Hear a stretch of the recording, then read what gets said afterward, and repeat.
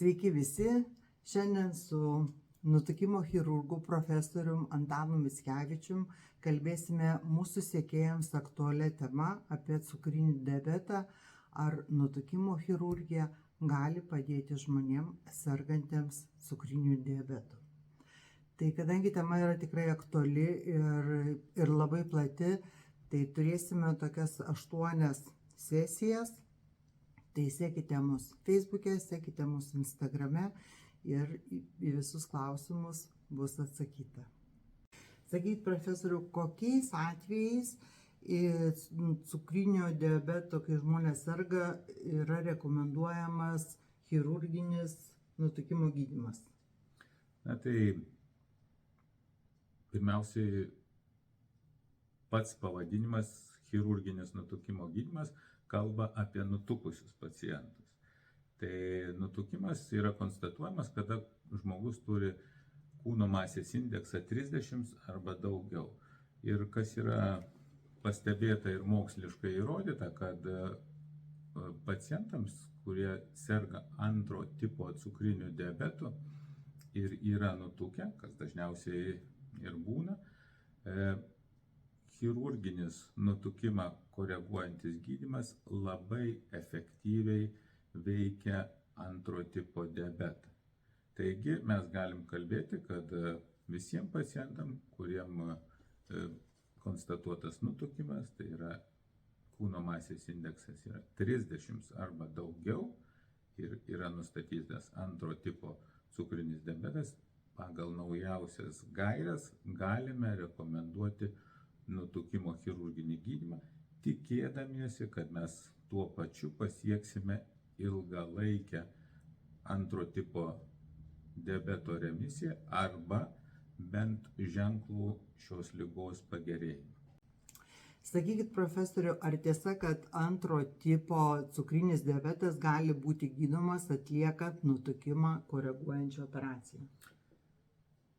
Taip, tiesa, pacientai, kurie serga antro tipo cukriniu diabetu, dažnai būna nutukę.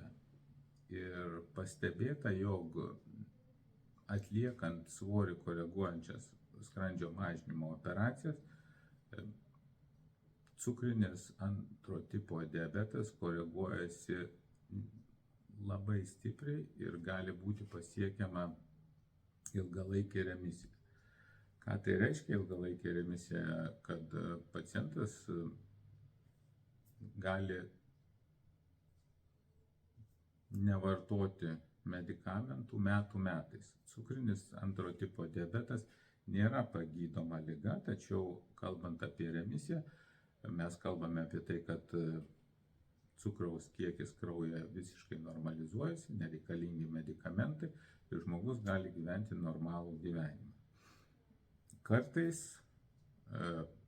ypatingai jeigu pacientas turi ilgalaikį jau šios ligos stažą, pilnos remisijos mes nepasiekėme, bet jeigu ir stebime netgi medikamentų dozių sumažėjimą arba perėjimą nuo leidžiamų prie geriamų medikamentų, šitas teigiamas pokytis yra labai ryškus ir paprastai pacientai džiaugiasi šiuo pokyčiu. Aš pati asmeniškai dar neturiu cukrinio diabeto, bet kaip mano endokrinologė sakė, jau ant ribos tai gali būti ir aš jos tiesiog klausiu, ar yra kažkoks tai kelias atgal, ne tik į priekį, bet ir atgal suvaldyti.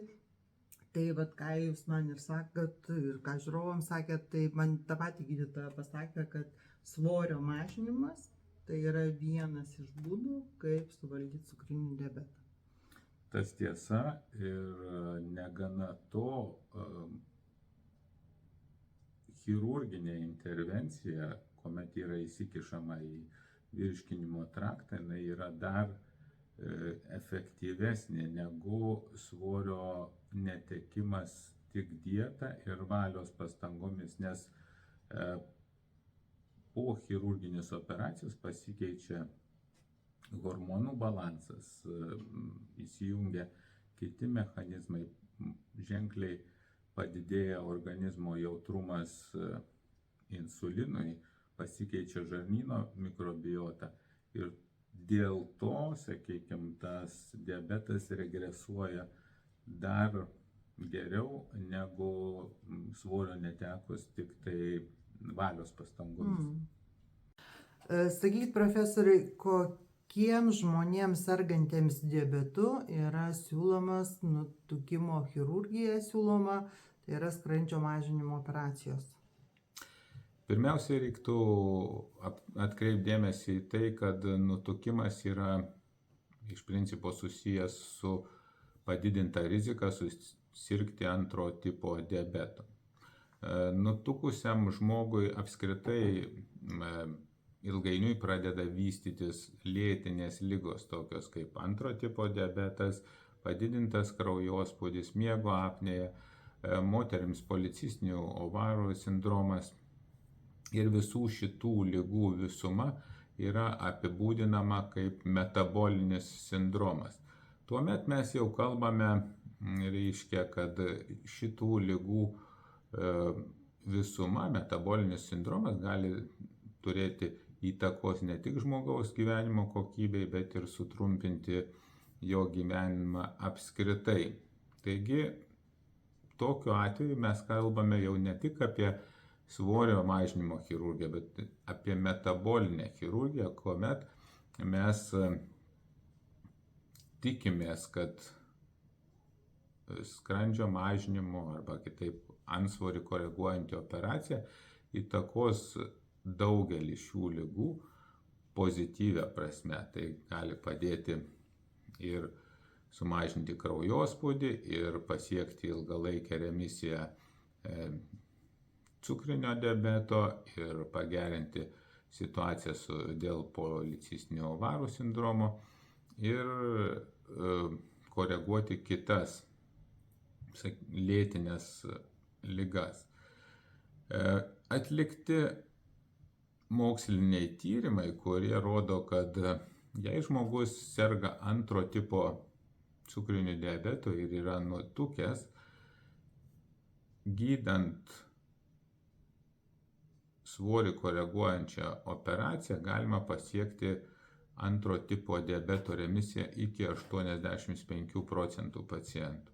Ši tikimybė didėja, jeigu antro tipo diabetas yra diagnozuotas neseniai. Tai yra, jeigu stažas yra mažiau negu 5 metai. Jeigu stažas diabeto yra daugiau negu 5 metai, ženklus pagerėjimas taip pat stebimas, tačiau tikimybė, kad bus pasiekta pilna remisija, kada glikuotas hemoglobinas yra mažiau negu 6, yra mažesnė.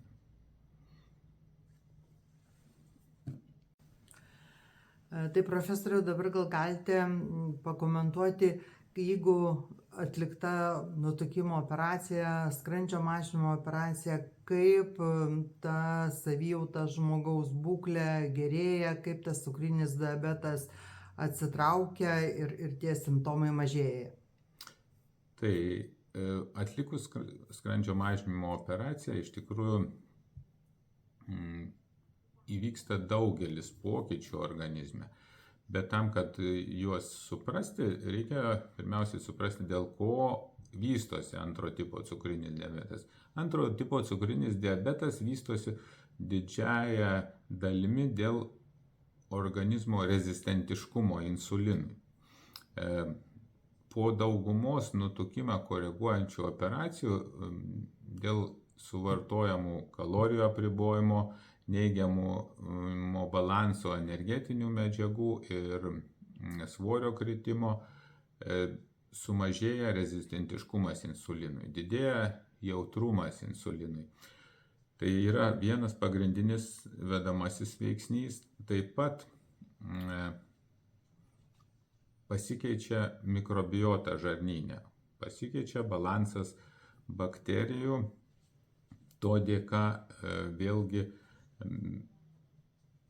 hormonų balansas pasikeičia ir didėja jautrumas insulinui. Taip pat didėja riebalinio audinio metabolizmas, jisai greitėja. Ir dėka visų šitų pokyčių mes stebime insulino, sakykime, rezistentiškumo, kaip minėjau, sumažėjimą. Insulinas skaido gliukozę, mažėja gliukozės kiekis kraujyje, kuris normalizuojasi. Tai sergant antro tipo cukriniu diabetu, kaip taisyklė, pacientai seka cukraus kiekį kraujyje ir šitoj vietoj mes teigiamą efektą matome iš karto po operacijos, jau pirmų dienų bėgyje. Daugeliu atveju gliukozės kiekis kraujyje ženkliai sumažėja ir medikamentų reikalingų palaikyti normalų gliukozės kiekį kraujyje poreikis arba labai sumažėja, arba jų visai nebereikia jau iš karto po nutukimą koreguojančių operacijų. Ir šis poveikis išlieka ilgam. Dėl to mes kalbame apie antro tipo diabeto remisiją po nutukimą koreguojančių operacijų.